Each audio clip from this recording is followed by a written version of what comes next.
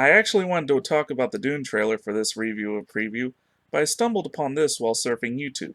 Think Freaky Friday, but with a slasher villain instead of a mother.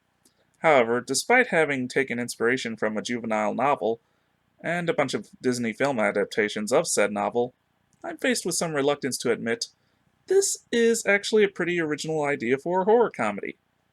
Kudos to you, Blumhouse Productions.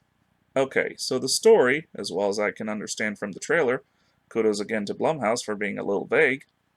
Catherine Newton portrays a school loser who pretty much points out that she'd be the first victim in a slasher movie.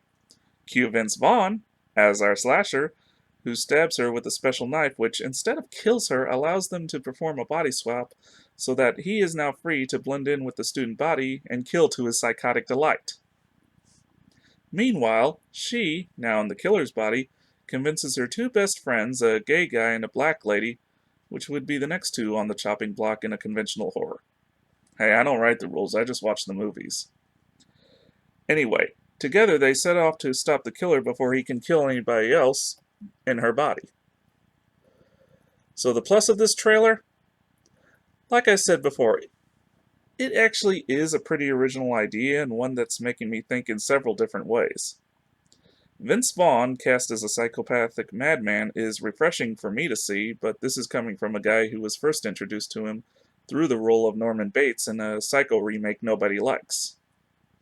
Vince Vaughn also cast as a teenage girl, even if after some Freaky Friday shenanigans is hilarious to think about.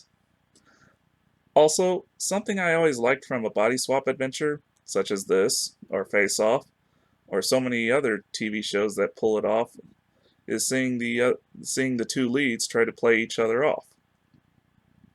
And the thought of the killer switching bodies with his first victim and changing her from a baggy-clothed loser to a well-dressed hottie, though played for laughs, that's honestly making me think about this guy's mental state. Again, pretty original idea.